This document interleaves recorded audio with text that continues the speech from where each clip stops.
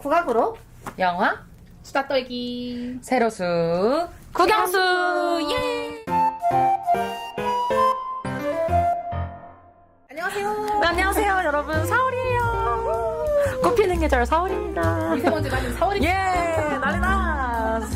아, 우리 이제 한강도 가고 좀 놀러 다녀야죠. 그러니까 좋아요. 좋아요. 이제 꽃구경도 가고. 브이로그는 꽃구경인가요? 너무 좋아요. 지금 진해 군항제 하는 시즌. 그쵸. 군항제 너무 좋죠. 네. 이제 벚꽃이 활짝 피는 그러니까요. 4월입니다. 네, 그럼에도 우리가 잊지 말아야 할 우리의 역사가 하나 있죠. 네, 영화 1987을 통해 32년 전 그날로 한번 가려고 합니다. 영화 1987은 2017년 12월 개봉한 장준환 감독님의 영화로 1987년 물고문으로 대학생이 사망한 박종철 고문 치사 사건과 최루탄을 맞고 사망한 대학생 이한열 열사의 죽음, 그리고 그 사건들이 기폭제가 되어 전두환 군부 독재에 맞서 발생하게 된 6월 민주항쟁까지를 다룬 영화입니다. 젊은이의 죽음이 어떻게 역사의 물줄기를 바꾸는 거대한 흐름으로 확장되었는지 1987년을 뜨겁게 살아갔던 사람들의 이야기를 다룬 영화입니다. 이 영화는 약간 많은 걸 좀 생각을 하게 되더라고요. 좀 먹먹해지면서. 그래서 영화에서 동아일보 기자들이 이렇게 고문투를 막 하잖아요.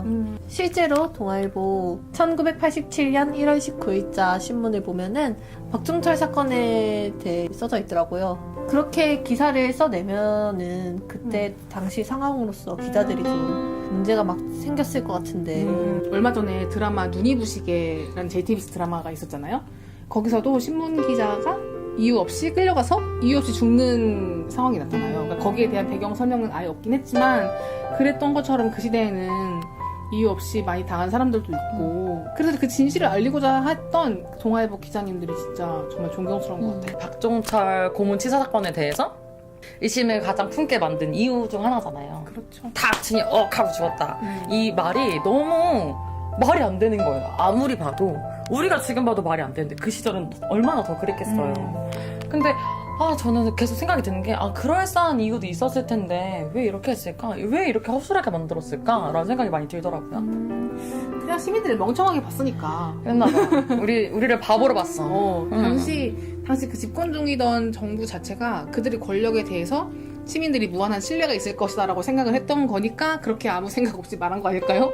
하지만 시민들은 그렇게 멍청하지 않았습니다. 그쵸.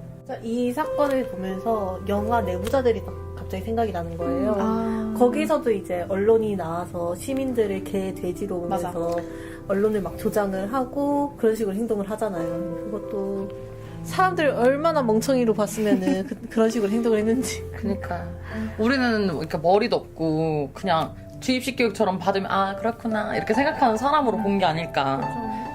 그래서 그러지 않도록 우리도 근데 항상 깨어 있어야 하는 것 같아요. 맞아요.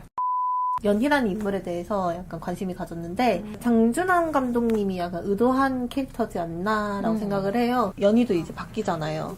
처음에는 소시민으로서 그러다가 어떻게 다치면 어떡하냐고 라고 생각을 하다가 나중에 이제 점점 깨어서 뭐 열린 갈만이긴 했지만은 어쨌든 시위에 참여를 했잖아요. 그런 것처럼 장준환 감독님도 약간 사람들이 깨어있길 바라는 그런 장치로서 연희를 넣지 않았나 싶기도 하거든요. 그러니까 한 시민의 작은 발걸음이 큰 사회를 만드는. 멋있다. 좋은 말이에요.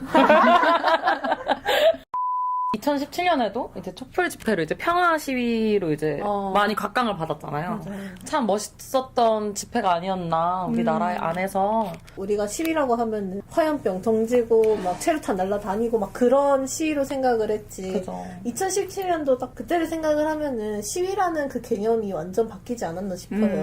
그런- 민주사회의 시위죠. 네. 그러면서도 자신의 신념을 굳히고 딱 얘기할 수 있는. 네, 이제 그런 의미에서 시위하면 음악이 빠질 수가 없잖아요.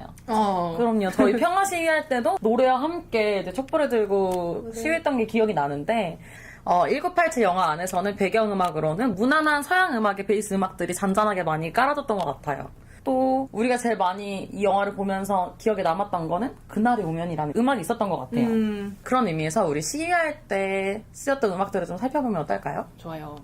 네, 알아보니까 1980년 5.18 민주화 운동 이후 1987년 6월 민주항쟁이 발발하기까지 대규모 도심 집회와 시위가 거의 열리지 못했고 시민의 참여도 높지 않아서 학생운동이나 사회운동에 쓰이던 음악과 노래는 대중성을 갖기 어려웠다고 해요. 따라서 6월 민주항쟁에서는 사람들에게 익숙한 노래들이 선호되었다고 하는데요. 즉, 애국가, 우리 수호는 통일, 선구자, 님을 위한 행진곡, 아리랑, 아침 이슬 등이 애창되었다고 해요. 아침 이슬은 발표 당시 대한민국이 억압된 정치 상황을 은유하는 듯한 가사로 젊은이들에게 큰 인기를 끌었지만 1975년 다른 곡들과 함께 금지곡으로 지정되었다고 하더라고요. 이후 10월 유신이 끝나고 제5공화국 시절까지 금지곡으로 남아있었지만 민주화를 염원하는 대학생들과 젊은이들을 대변하는 노래로 널리 불려왔다고 합니다. 시위 때 사용되던 음악들은 사람들의 마음을 하나로 모으잖아요. 영화 레미제라블을 생각을 하면 민중의 노래라는 또 그 곡이 있죠. 너무나도 유명하고. 맞아. 그래서 우리 세로스는 아, 네. 이번에 커버곡으로 아, 네. 그날이 오면 노래 해보라고 해요. 오면 가쁜 세로스. 네, 좋아요. 네, 전 세로스를 사랑하니까요.